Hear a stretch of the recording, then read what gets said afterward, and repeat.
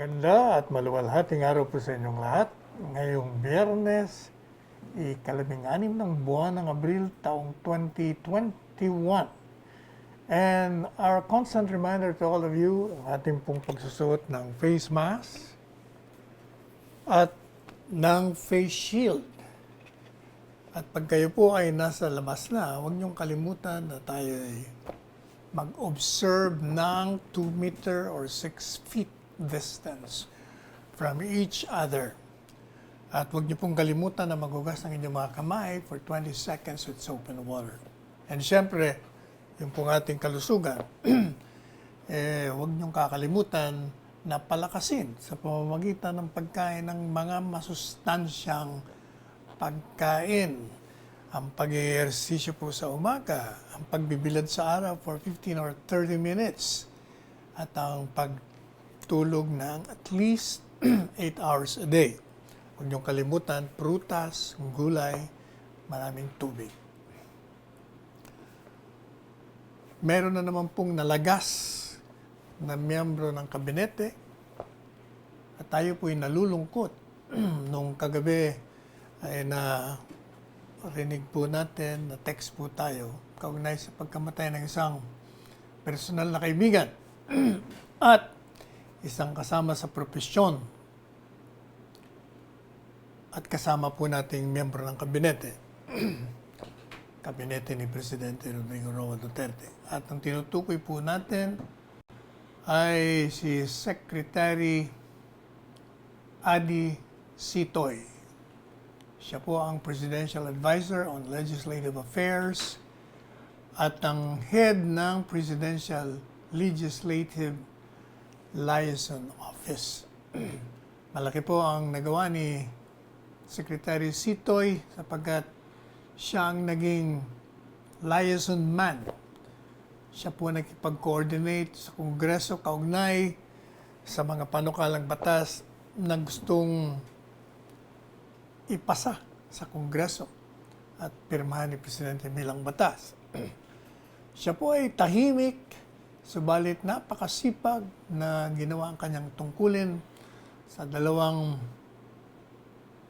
Kamara de Representante at Senado upang maipasa yung mga urgent bills na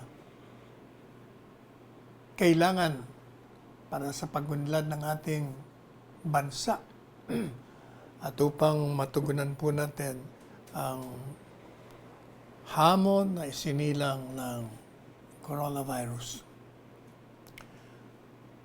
Matagal po sa serbisyo publiko si Secretary Sitoy.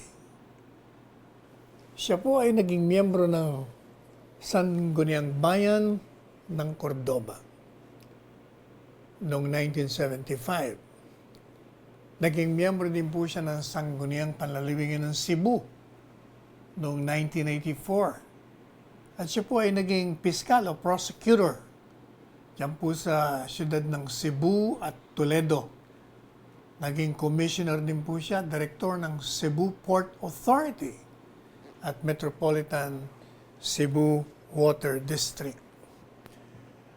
At naging assemblyman din po siya na kinatawan niya po ang probinsya ng Cebu. At noong 1984, siya po ay alkalde ng Cordoba. Mula ito noong 2007 hanggang 2016 nung kinuha po siya ni Presidente upang maging miyembro ng kabinete.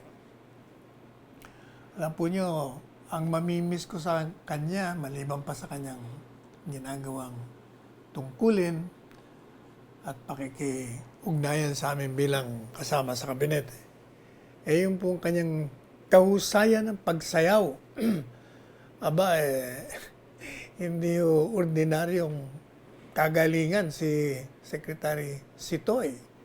Talagang mahusay magsayaw sa dance floor. At kahit mga, kung titingnan niyo po siya, tahimik lang, pero talagang malupit sa dance floor. Ang gusto ko pa ho natin sa kanya, siya ay talagang selfless. at siya ay mababa ang kalooban.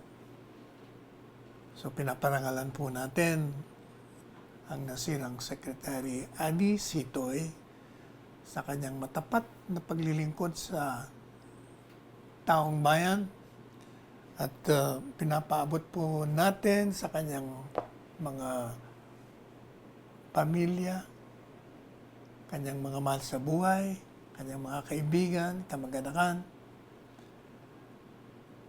At kasama na rin po siyempre sa kapwa niya, miyembro ng kabinete, na ngayon ay nagluluksa sa pagpanaw ng ating kaibigan. May you rest in eternal peace, Secretary Adi. At sana ang perpetual light, ang walang katapusang liwanag, ay sumikat sa iyo. Samantala, ito pong si Secretary Ramon Lopez, kagabi, nagbigay po siya ng report kay Presidente. Nagkaroon po ng panibagong address to the nation last night. At sa ngayon po kay Secretary Ramon Lopez, ang ating bansa ay pabalik-balik lamang sa ginagawa nating pakikibaka dito sa pandemya. At para bagang hindi tayo nagtatagumpay. At ito ay sa kadahilanan na rin na marami pa rin sa atin ang hindi maiwasan ang gumawa ng mga bagay na hindi lamang labag sa health protocols, nagpapadagdag pa sa panganib ng pagkalat ng coronavirus. Halimbawa, marami pa rin po sa atin ang lumalabas kahit na hindi naman kailangan. Kaya sabi ni Secretary Mon Lopez, hanggat wala tayong bakuna, ang mangyayari sa atin ay paulit-ulit lang tayong mag-a-adjust sa mga kalakarang naharap natin. Either tayo susulong o aatras, depende sa kasilanan ng pagkalat nitong coronavirus. At ang ating kalagayan ngayon ay magkakaroon lamang ng kaginawahan pagdating sa pagtugon ng ating mga ospital sa mga dadalhin sa kanila. Kung meron pang espasyo, yan nga nagiging problema natin. Yung ating hospital are being overwhelmed. Dito sa Metro Manila yon. Sapagkat dun sa ibang ospital naman sa probinsya, wala tayong masyadong problema. Kaya nananawagan po si Secretary Mon Lopez, kung maaari lang na tayo ay iwasan po natin talaga yung gumawa ng mga pagtitipon, kasi kahit na bawal, marami pa rin sa atin talaga. Yung halimbawa, yung mga nagse-celebrate ng kanilang mga kaarawan.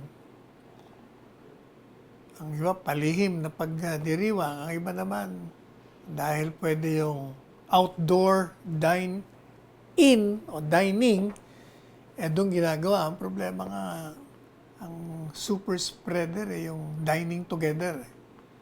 Mabuting mabuti kung pag kumakain po tayo, hindi tayo magkakaharap. At least man lang mga diagonal para pag nag-uusap tayo, hindi tatamaan yung mga mukha natin ng anumang lalabas sa ating bibig pag tayo nagsasalita. Kaya sana ho, kung halimbawa makabalik tayo sa general community quarantine, sabi ni Secretary Lopez, pagpatuloy natin ang pagbabawal sa mga pagdiriwang, mga pagkukumpulan na hindi naman kinakailangan. Sapagkat pwede naman po nating iwasan muna yan eh. Halimbawa, yung kasal, pwede naman nating i-reset muna yan. Yung pagdiriwang ng ating mga karawan, pwede naman silensyo muna tayo. Tahimik na pagdiriwang muna. Yung mga meeting, pwede naman natin gawing virtual. Hindi naman kailangan ng harap-harapan. Pwede naman sa telepono. Yung pagkukonsulta sa mga doktor o sa mga abogado, pwede lahat yan sa telepono habang naririyan po ang panganib. Sapagkat paulit-ulit nating sinasabi, ang kaligtasan natin ay nakaratay pa rin sa ating lahat. Kagabi,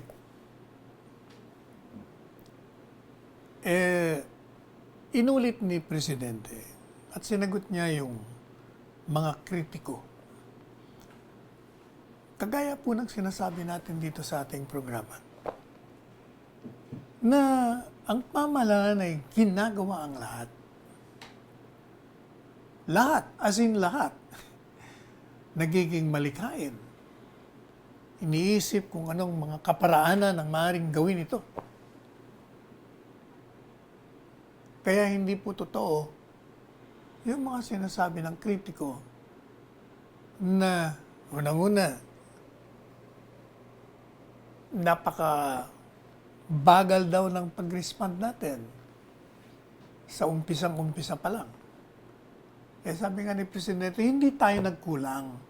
At kung matatandaan po ninyo, immediately after yung World Health Organization advisory, hindi po ba, nung dumating yung advisory na meron na tayong pandemic, the day after, pinagbawalan niya na yung biyahe ng mga biyahero na pumunta rito sa Pilipinas, yung mga galing sa China. And subsequently, yung mga galing sa ibang lugar. At nagbawal na rin tayo na umalis. Hindi po totoo. Pangalawa, sabi po ni Presidente, kasi yung iba, sinisisi yung lockdown. Yun naman po ang payo ng mga nakakaalam, yung mga scientists, mga doktor. Bakit ho natin ipagwawalang bahala? Nung sinunod natin yung payo nila na mag-lockdown, nagrireklamo yung mga kritiko, bakit daw tayo nagla-lockdown? Pag niluwagan mo naman, nagrireklamo pa rin sila. Talagang naghahanap lang ng ikapagkapula nila. Ang katotohanan niyan, lahat po ng galaw ng pamahalaan ay batay sa siyensya. At katunayan, hindi po ba napuri yung ating pamahalaan ng World Health Organization sa ating pagtugon sa pandemya. At sinabi nga nila, kung hindi tayo nag-lockdown, ay mas maraming nasalanta. Common sense naman po yung pag-lockdown eh. Kasi pag nag-lockdown ka, stay at home, ibig sabihin, hindi ka lalabas. Pag hindi ka lumabas, o di ibig sabihin yung hawaan, much less kesa yung mobile ka nasa labas at kayo'y nagkakaumpukan, nagkakasalubungan. Of course, ang naging resulta ay ang pagbagsak ng ekonomiya. Pero alam po ninyo, nung una pa man sinasabi natin, na yung ekonomiya pwedeng ibalik, pero yung buhay hindi na pwedeng bumalik. Mabuti kung si Kristo tayo. On the third day, He rose again from the dead. Hindi naman po ganyan. Babagsak ang ekonomiya, Pero, ang gumagawa ng ekonomiya ay tao. Pero pag ang tao namatay, ano pang gagawin mo sa ekonomiya? Kaya yun po ang naging desisyon ni Presidente. On the basis of the advice of the scientists at mga doktor, kailangan talaga tayo mag-lockdown. At kung hindi tayo nag-lockdown, o yan ba, akala nyo ba, hindi lang yung ganyan ang bilang ng mga namatay ng mga unang buwan ng pandemya. Kaya itong mga kritiko natin, talagang sa totoo lang ang problema, hinahanapan lang po nila ng diferensya si Presidente Duterte. Pero ang nakararami sa ating mga kababayan, yung mga nakakakita sa katapatan ng isang presidente, ang kanyang pagmamalasakit at ang kanyang ginagawang pagtugon dito sa kalamang hindi natin nakikita, na-appreciate po nila yun. Kaya sabi nga ni Presidente, huwag kayong mag-alala at huwag kayong matakot. Sapagkat we are not really at a total loss of what to do. Hindi naman sa tayo yung walang magagawa. May ginagawa nga tayo. At alam natin ang gagawin natin. Sabi niya, we know what to do. Ang marami lang dito is maraming maingay. Iyon nga ho ang nagiging suliranin. Yung hindi na nga nakakatulong, nakakadagdag pa ng suliranin ang problema. Sa halip na makatulong, pinapaalab lamang ang damdamin ng mga tao. Habang totoo, sabi ni Presidente, na marami ang gustong magpahayag ng kanilang mga sinasaloob. Pero ang problema, wala na tayong panahon sa mga ganitong destructive na kritisismo. We do not have the luxury of time, sabi ni Presidente. Sapagkat ang katotohanan ay hindi paulit-ulit na nating sinasabi at hindi natin maintindihan kung ba't ang mga kritiko at oposisyon, hindi nila kinikilala na we are not alone. Ang buong mundo ang nasa ilalim ang pinadapa ng pandemya. Lahat ng bansa ay dumaan dito. At maraming bansa ngayon ang nagkakaroon ng second, third, and fourth surge. Bakit ba hindi nila maunawaan yan? Dahil nga nagkaroon ng maraming variants. Iba-iba. Ang iba ay talagang mabilis. Kaya biglang mas mabilis ang transmission o ang paglipat ng virus na ito. Kaya sana sa halip na magpaalagwa tayo, magpalipad ng mga mahanghang na kritisismo na walang batayan sa katotohanan, mga misinformation, magtulungan na lang po tayo.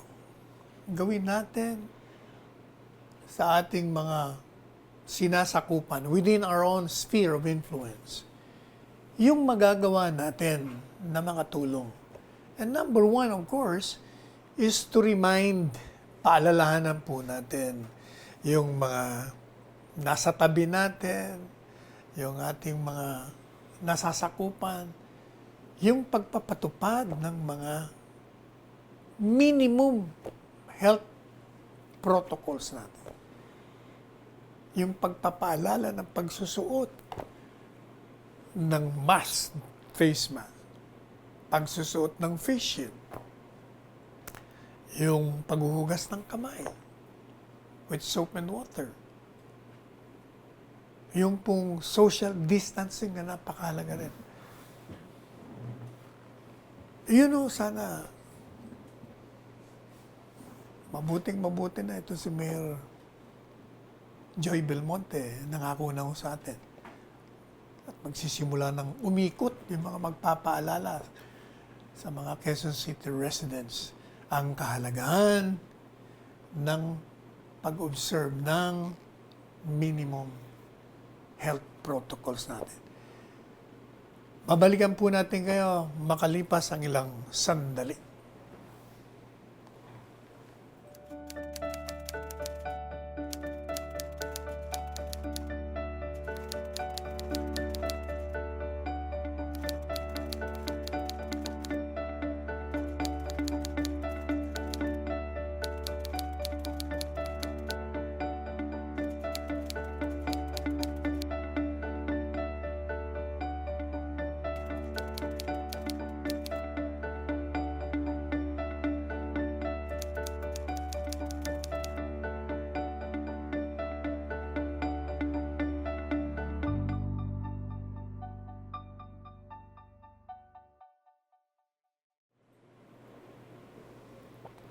Kagabi, among others, sabi ni Presidente, kasi napag-usapan po yung nung isang araw, di ba binanggit natin sa inyo, na merong mga hotels on their own ay nag-alok ng kanilang mga hotel para maging isolation centers. Ang iba para maging parang ospital na rin. Eh, sabi ni Presidente, yung pamahalaan ay merong kapangyarihan. Ito ang tinatawag na police power. In case of emergencies, ang Estado ay merong kapangyarihan na mag-take over ng mga hotel. Kung halimbawa magkaroon tayo ng shortage ng hospital beds. Pero, sabi ni Presidente, ito'y hindi remedyo at hindi maganda. Gagawin natin to dahil tayo ay nasa isang demokratikong bansa. Madaling sabi, hindi mo kailangang pwersahan yan.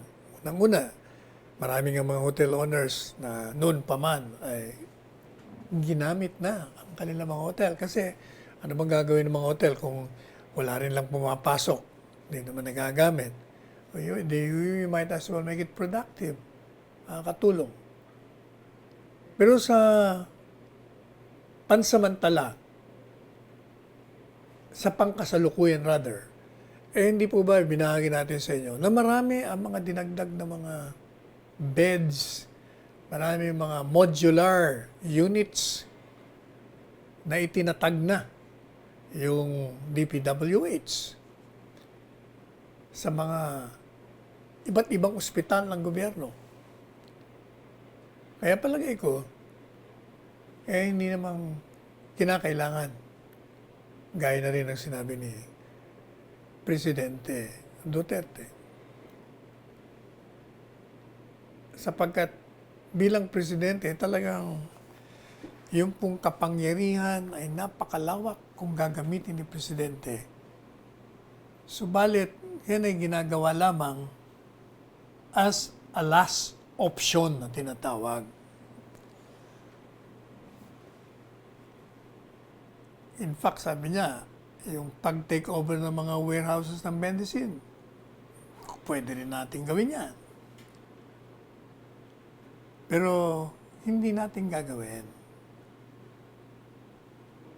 Habang totoo, sabi ni Secretary Duque at ni Secretary Charlie Galvez, na ang ating health system sa bansa ay umabot sa critical na kondisyon kung saan ay ang mga doktor natin, ang mga nurses natin, halos walang espasyo na para gumalaw.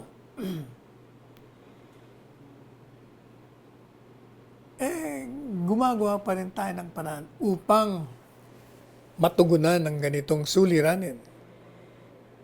Pero kung dumating ang pagkakataon na talagang kailangan na ang Pangulo ng Bansa ay gumamit ng ganitong uri ng kapangyarihan, ang pagkuha ng Estado to take control ng mga vital industries o kaya ng mga hotels, mga warehouses, gagawin po yan.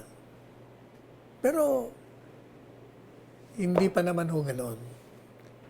Hindi pa tayo dumating. At hindi rin ho totoo na sinasabi ng mga kritiko na binibilitel ni Presidente. Tsaka isa pa, may mga naririnig po tayong sinasabi, we need leadership. We need inspiration. Ano ba? Ito naman nun, nanggagaling ito sa mga kontra.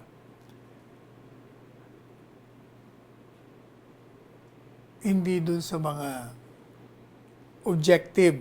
Kasi dito sa ating lipunan, kilala na naman natin yung mga the usual suspects ng mga criticisms, destructive at that. Hinahanap nila palagi si Presidente. Sinasabi nila mamamatay na. Inatake sa puso. Samantalang nagtatrabaho siya sa Malacanang, dun sa Bahay Pagbabago. Hindi lamang lumabas sa isang regular television show, despite na pinaliwanag na kung bakit, dahil hindi niya, kung siya lang ang tatanungin, gusto niya. Ayaw ng PSG, ayaw ng mga doktor na isuong siya sa panganib kung itutuloy niya. Sapagkat yung mga close and security niya, tinamaan ng COVID. Kaya pinagpaliban. Pero itong mga lang intriga, nagbigay na agad ng mga espekulasyon. Hindi natuloy. Kasi inatake sa puso. Nagpalabas pa sila ng fake photo, mga larawan, na nasa wheelchair. Samantalang nasa motorsiklo siya. Para sirain na yung mga espekulasyon ng ganito, nagpalabas siya ng larawan na siya'y nagja-jogging, nagsiswing ng golf, nagmumotorsiklo. Aba, sa harap na itong mga kritiko matuwa, buhay naman pala, malakas pa. Aba, hindi. Pinulaan pa. At sinabi, tinan mo, mamamatay, maraming namamatay, naglalaro ka pa ng golf, nagja-jogging ka pa. Hindi po ba, kung nakikita niyo kung gaano kakitid ang mga isip nitong mga kritiko. Sa halip na matuwa, hindi naman pala totoo. Bakit nga naman sila matutuwa? Kasi sila rin yun Sila rin yung lumika ng ganitong mga, kung hindi man sila, yung mga tagasunod nila. At sinakyan naman nila. Yun ang katotohanan dyan Pero kung tatanungin niyo po yung mga nakakatanggap ng benepisyo sa ginagawa ng gobyerno, at when I say gobyerno, kasama po pati yung mga kritiko sa Senado. Nakakalimutan yata nila na pag binanata nila gobyerno, dahil ito'y di umanong nagkulang sa pagtugon, kasama sila ron, gobyerno. Pag sinabi mo gobyerno, nandun, 3 sangay ang gobyerno, Senado, Kamara de Representante, isang sangay.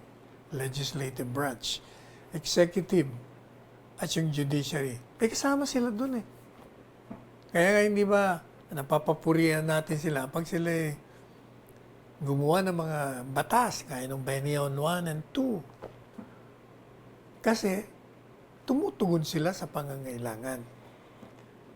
Na yung mga tao po na nakakatanggap ng mga ayuda, yung mga nababakunahan, yung mga nagagamot, yung mga nakakabalik sa trabaho, yung nakakauwi galing sa abroad, yung mga tinamaan, nakauwi.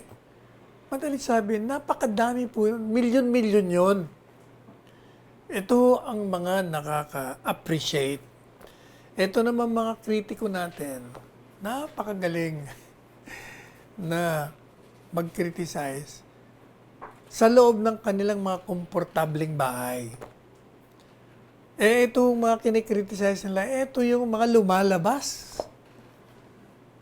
mula sa bahay nila, pumupunta kung saan-saan upang ayusin ang mga kalakaran, upang ilatag ang mga kinakailangan upang sagutin natin itong mga suliranin.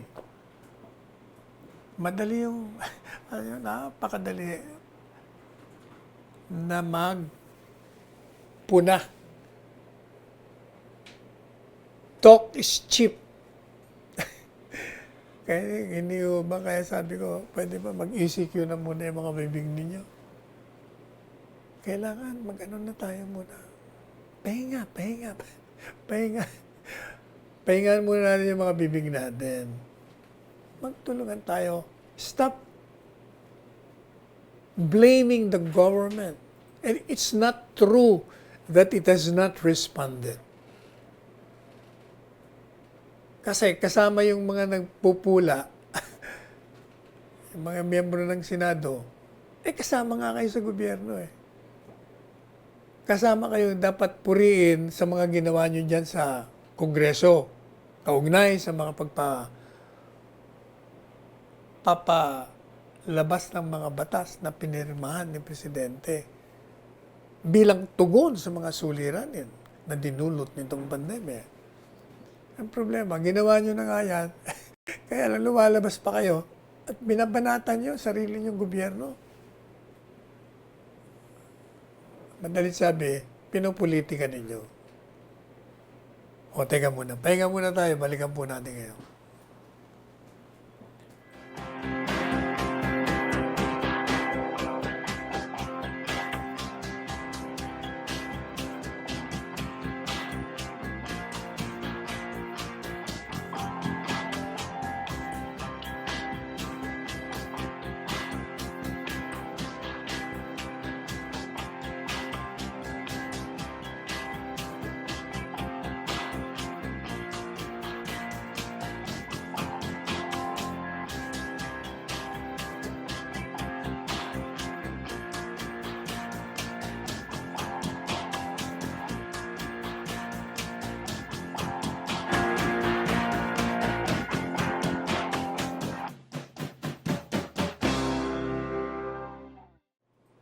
Alam nyo, kagabi, kung nanood po kayo dun sa televised address ni Presidente at ilang miyembro ng mga kabinet, siguro narinig nyo yung mga report na ibinigay ni Secretary Tugade.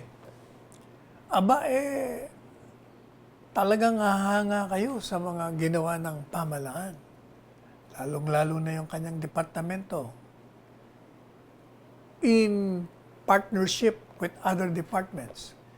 Sapagkat pinakita ron ni Secretary Tugade yung mga bago at natapos na matagal lang nabinbin na sinimulan ng ibang administrasyon. Pero naroon ang mga bagong, nandun yung airport, nandun yung mga ports, nandun yung mga highway. Hindi po ba binibida natin to sa inyo eh. Mga ginawa ng DPWH. Ayun, inulit kagabi. Kaya siguro naman yung mga oposisyon at mga kritikong nanonood, kung hindi man sila nanood sa programa natin, kagabi, narinig na naman nila Secretary Tugade yung mga katakot-takot na mga build infrastructure projects. At sinasabi nga ni Secretary Tugade, ito pong lahat ng ito ay matatapos bago kayo bumaba sa Panguluhan. At kaugnay po dito, meron pong direktiba si Secretary Tugade sa LTFRB o ang Land Transportation Franchising and Regulatory Board na kung maaari palawakin pa yung pong pagpapatupad ng free ride service program. Ibig sabihin, yung libreng sakay ng mga health workers, hindi lamang dito sa Maynila o sa Metro Manila, pati sa karatig probinsya at sa iba pang pook dito sa ating bansa.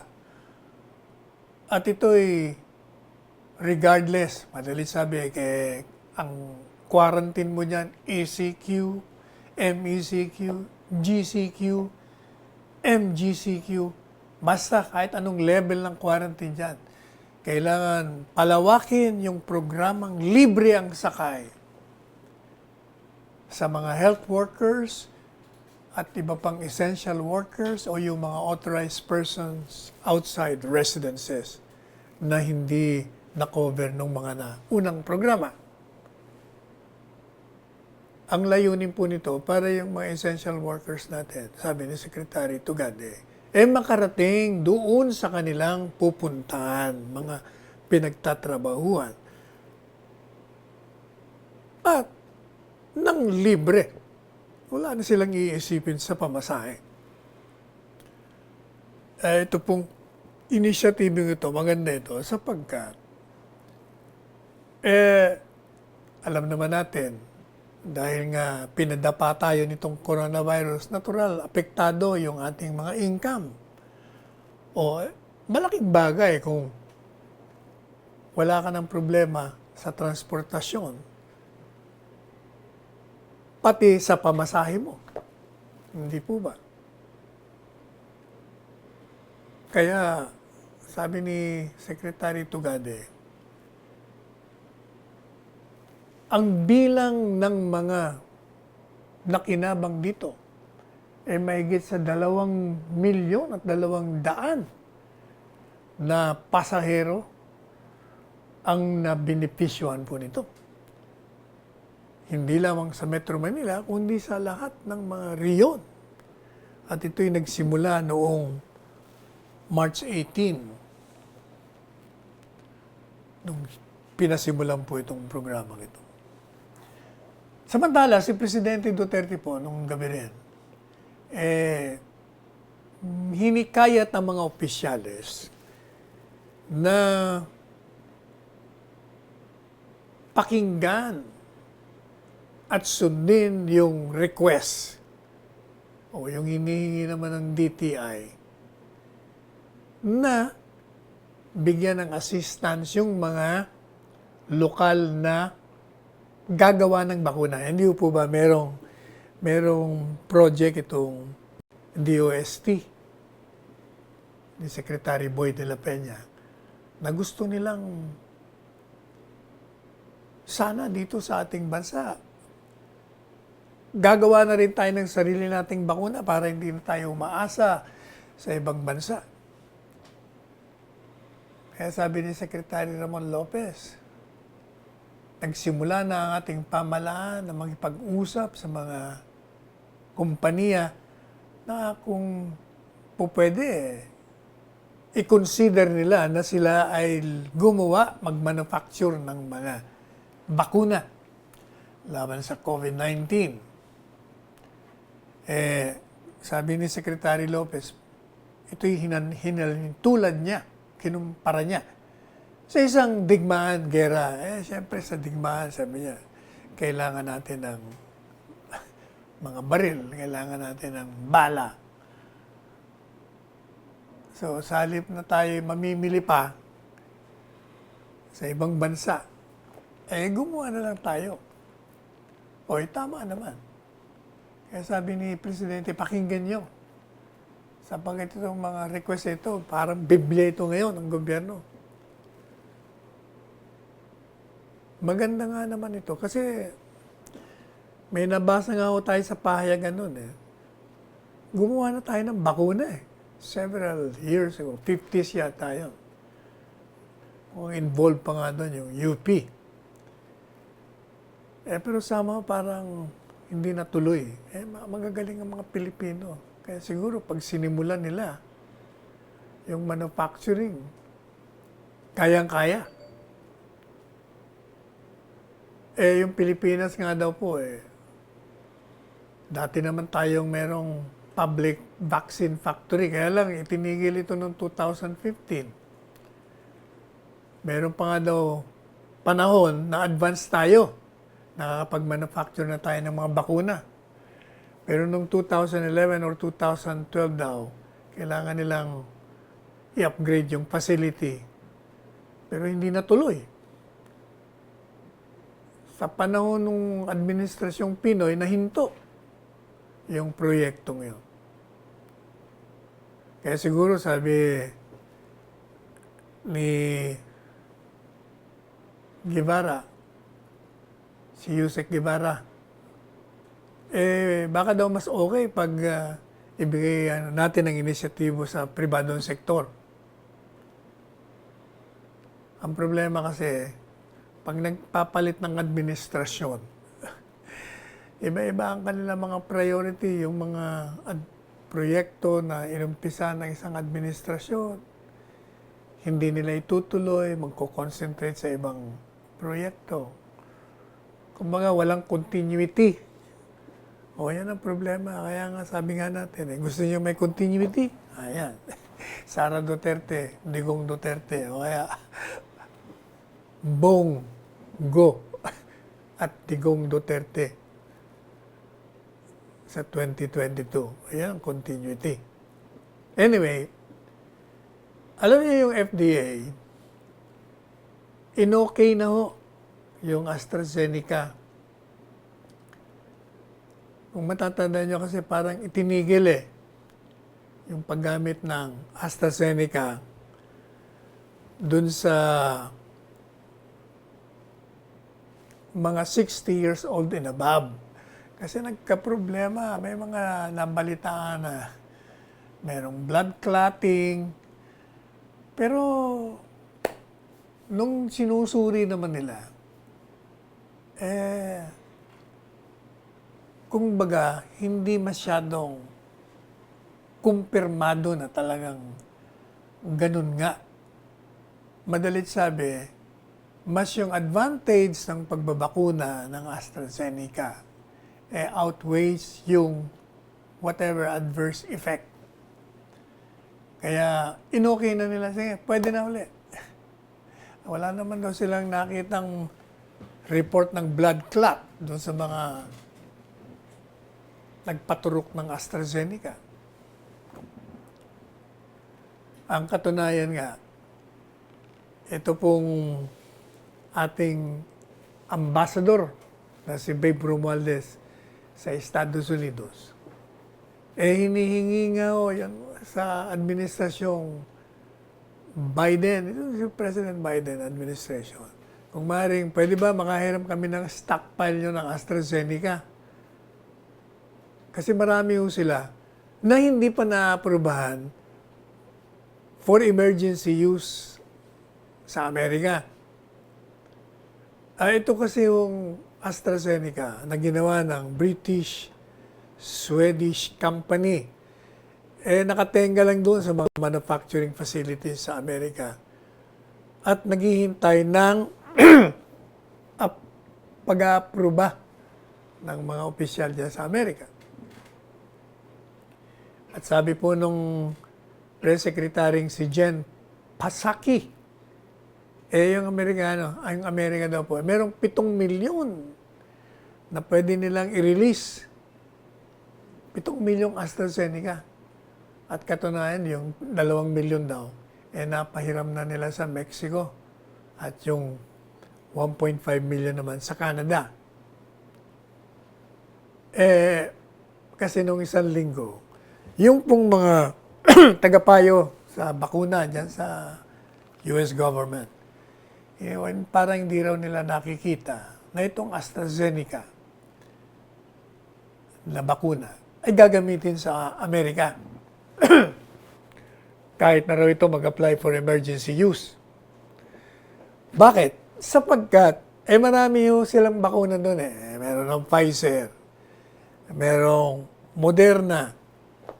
Kaya, meron silang oversupply Meron silang Johnson Johnson pa doon. O kaya sabi ni Ambassador Babes, o hindi nyo magagamit yung AstraZeneca. Pairam nyo kaya sa amin yan. At kailangan namin dito. Pero huwag nyo kakalimutan na hindi ba sabi natin kahapon na yung Gemalaya, meron ng 20 million na pinangako sa atin ng Russia. At may mga darating na. Hindi naman yung buong 20 million. Meron siyempre 1 million muna, 1.5 million, 2 million. Pero at least meron na tayong inaasahan, nakakasiguro na tayo na may mga darating na naman na bakuna. Marami na rin ang nagpapabakuna. Natutuwa naman tayo. At yung mga kontra o yung mga ayaw, yung mga natatakot, medyo nagbabago ng isip. Meron pa rin mga takot. Yung mga takot nga ang dinadahilan, hindi, papaunahin na namin. Bigay ko na yung slot ko. Sus Maria Josep. Ang sabihin mo, takot ka. Katotohanan, meron talagang mga natatakot pa. At naghihintay pa ng iba, bakuna, ibang brand. Nag-aantay ng Pfizer, nag-aantay ng, ano ba ito? Moderna, Johnson Johnson. Kung ano available na bakuna. Sinovac, okay lang. Ano pa? AstraZeneca, okay pa rin yan. Gemalaya kung darating, okay po yan. Tandaan nyo, yung bakuna, ulitin na naman natin, ang bakuna against coronavirus was precisamente nilikhayan upang tayo ay maligtas sa tiyak na kamatayan kung tamaan tayo. Kasi kung walang bakuna, kahit na anong bakuna, sigurado, tatanghalin tayong bangkay. Pag malupa, pag severe ang makuha natin.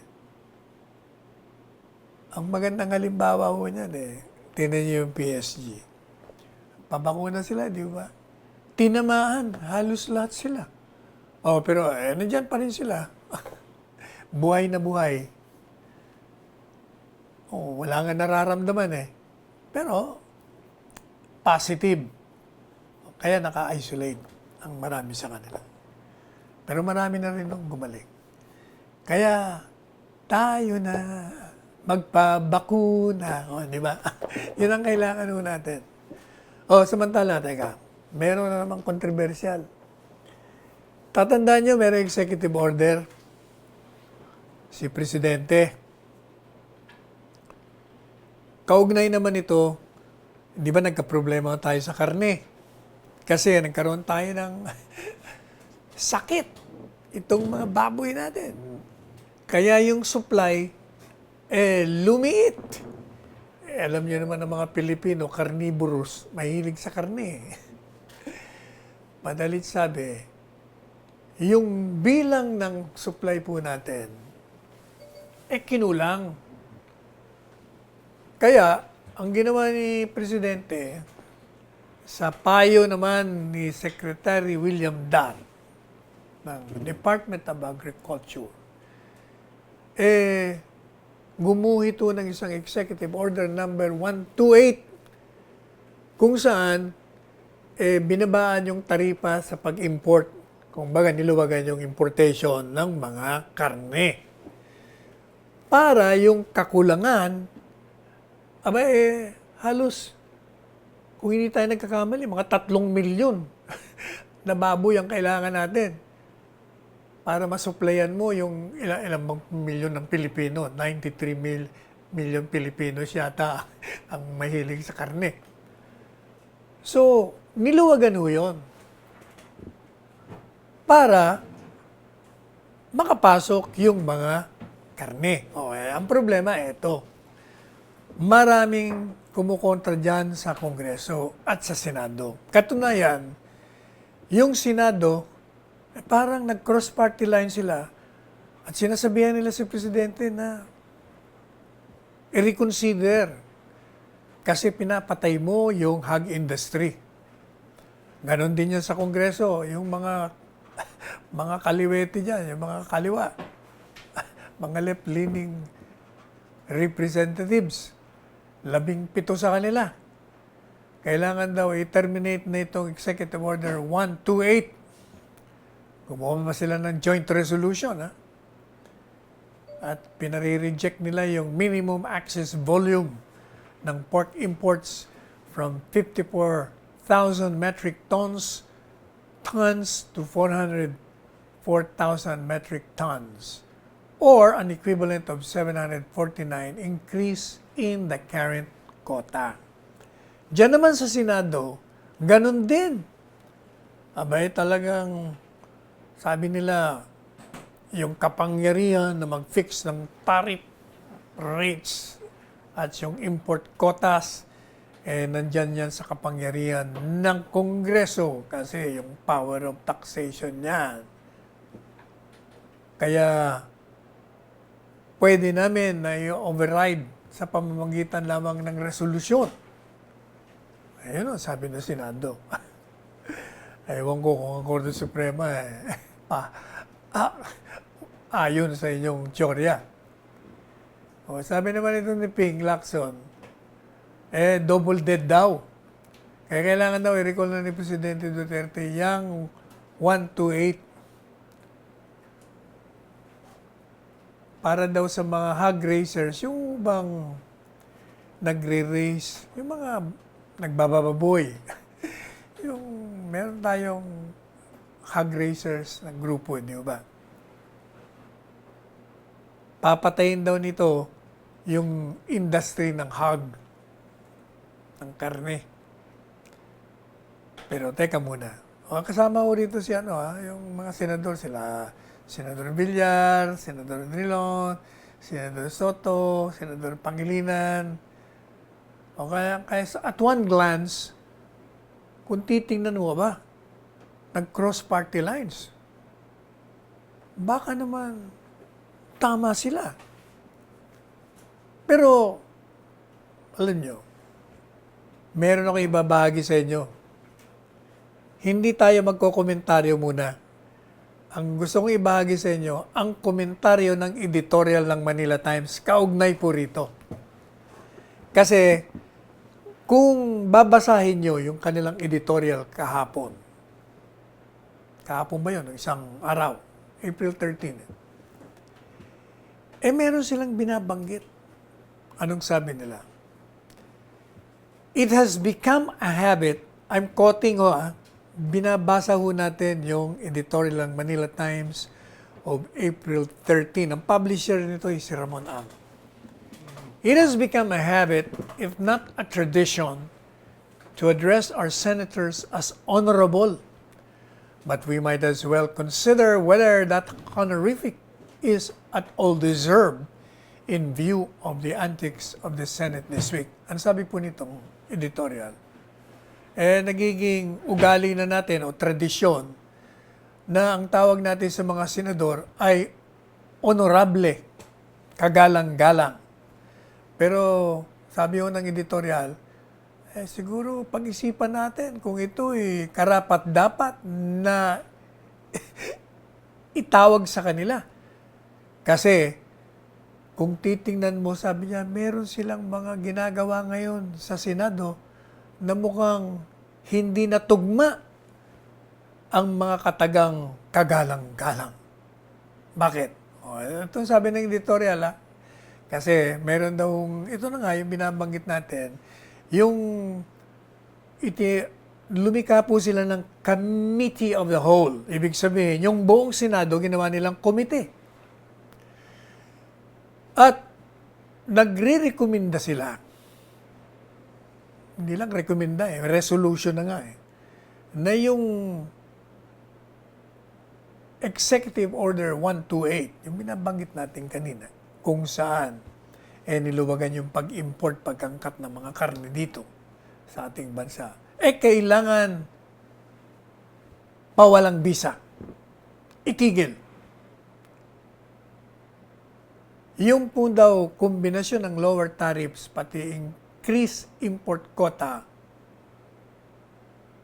ay yun ang resulta ng, ito sabi ko ito ng editorial, ng napakasimple at lohikang calculus sa bahagi ng Department of Agriculture.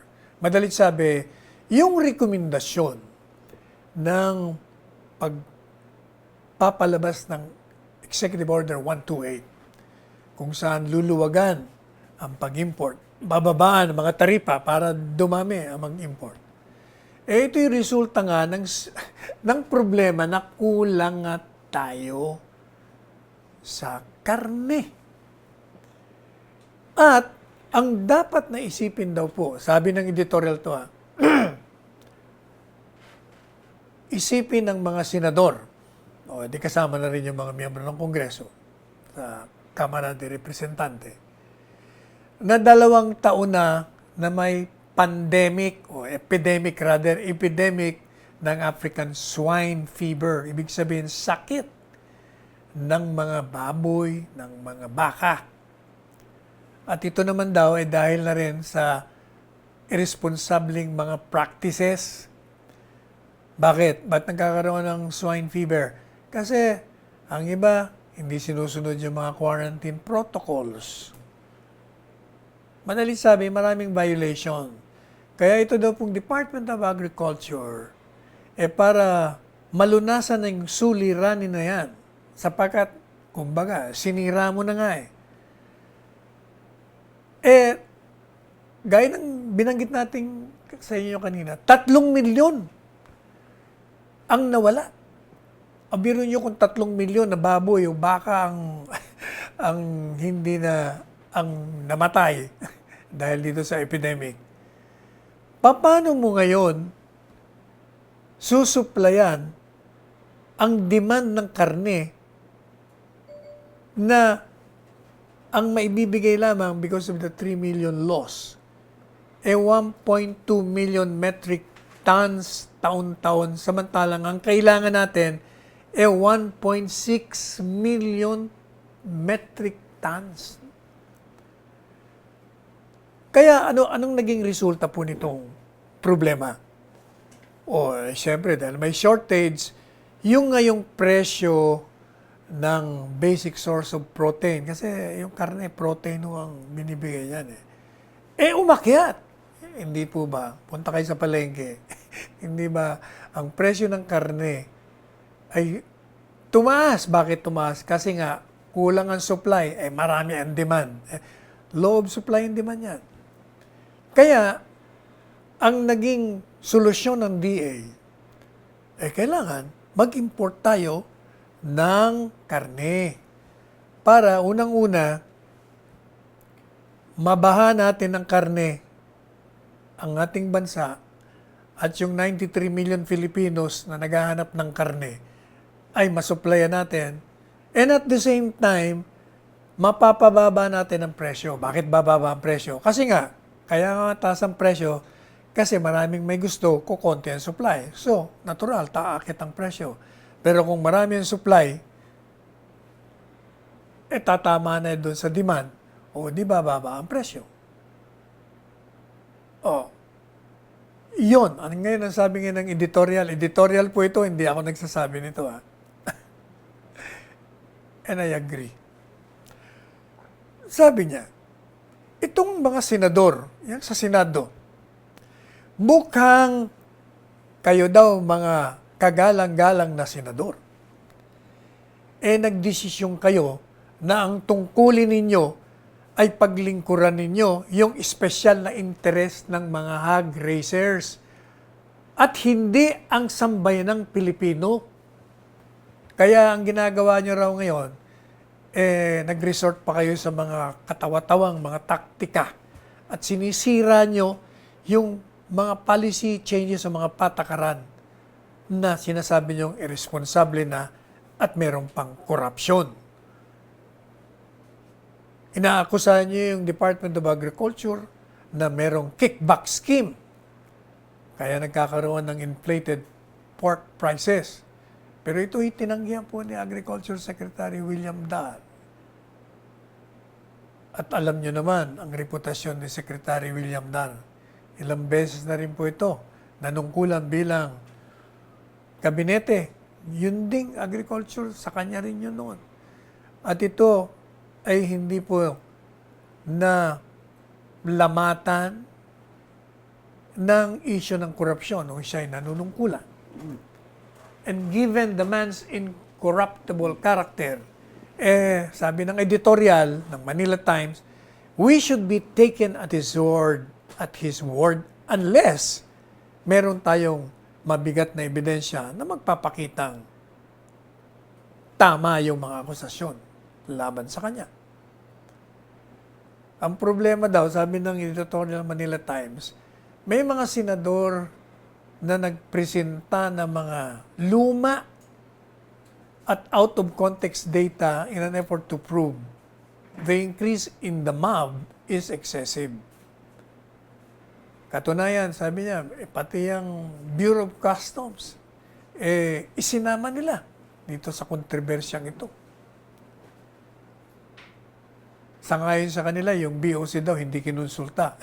Sabi ng editorial, ano namang pakialam ng BOC tungkol sa tariff? Sila, regulator sila, ang trabaho lang nila, kung ano yung tinatakda ng batas na kolektahin, iyon ang kukolektahin nila.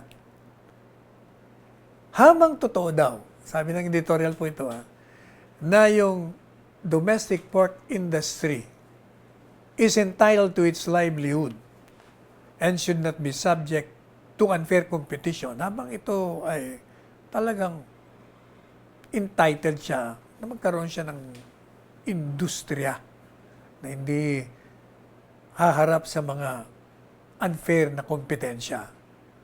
Pero ang Department of Agriculture, sabi po ng editorial ng Manila Times, ay may responsibilidad na tumulong at hayaan na maging viable at productive ito. At sabi po ng editorial, sila raw ay nakakasiguro na yung Department of Agriculture has taken the important priority into consideration in its policy recommendations at nagbigay ito ng solusyon na nagbibigay ng pinakamagaling na compromise sa pagitan ng consumer and producers' welfare.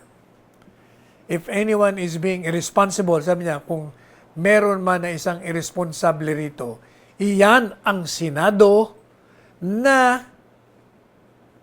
gusto itong mga Filipino consumers na dati nang nahihirapan dito sa pandemya, sa economic stress, maging bilanggo pa dito sa makitid na interes ng maliit na grupo ng mga pork producers. Kaya sabi ni editorial ng Manila Times, kailangan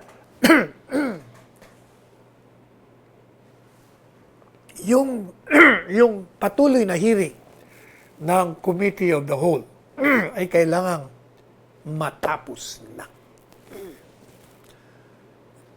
Alam nyo, meron din namang mga ilang kongresista ang pabor dito sa Executive 128. Isa na sa kanila, itong si Deputy Speaker Rufus Rodriguez. Anyway, binahagi lang po natin sa inyo yung editorial ng Manila Times. So, kayo ang maghusga kung ano ba sa tingin nyo. Tama ba ang editorial ng Manila Times? O tama ang sinasabi ng mga senador at ilang mga kongresista? Sino ba ang dapat nating bigyan, paglingkuran? Yung bang mas nakararaming consumers o ang ilang mga hog raisers dito sa pansamantalang problema sa karne? Pero inabot naman po tayo ng oras. Tayo po ay pansamantalang magpapaalam at magpapaalala po sa inyo ang inyong lingkod, Salvador Panelo, na kayo po, gaya ng paulit-ulit na paalala ni Presidente Rodrigo Roa Duterte, ay magsuot ng ating mga face mask at ng ating pong face shield. At pag kayo ay nasa labas na, huwag niyong ibababa at huwag niyong itataas ang inyong face shield. Ang face mask niyo manatiling nakatakip sa inyong bibig at sa inyong ilong. At pag kayo po ay nasa labas, better be sure you observe the 2 meter or 6 feet distance and wash your hands thoroughly and efficiently with soap and water. And please don't forget, palagi yung ating immune system, improve natin, palakasin natin ang ating mga sarili, mga katawan natin. Paano? O, madali lang ko yan. Matulog tayo ng 8 hours a day. Mag-ehersisyo tayo sa umaga. Let's expose ourselves to the sunlight for 15 or 30 minutes. Kumain tayo ng masustansyang pagkain, gulay, prutas, uminom ng maraming tubig. Sigurado, meron na tayong kalasag, panlaban sa coronavirus. At pag kayo po ay natulog na at nagising sa umaga, let us thank God Almighty for giving us our lives, for extending these lives, for giving us food and bounties and blessings every day, and for guiding us to the right path. And let us also pray some more to end this pandemic. Hanggang bukas na muli. Bukas po ay, ano ba tayo ngayon? Biyernes. So, alauna po tayo bukas, alauna hanggang alas 2. At tayo po ay, merong mga nag-request sa atin, yun, kung maaari daw yung Tuesday nating episode, i-replay natin. At yun naman daw, kahapon na episode natin, i-replay natin sa Sabado at Linggo respectively. Kasi meron po tayong mga masiselan na paksain doon na kailangang maibahagi at marinig at mapanood ng mga hindi nakapanood. Let us tread the path of roses and let us go beyond the path of thorns. Magmahalan tayo, and I love you all.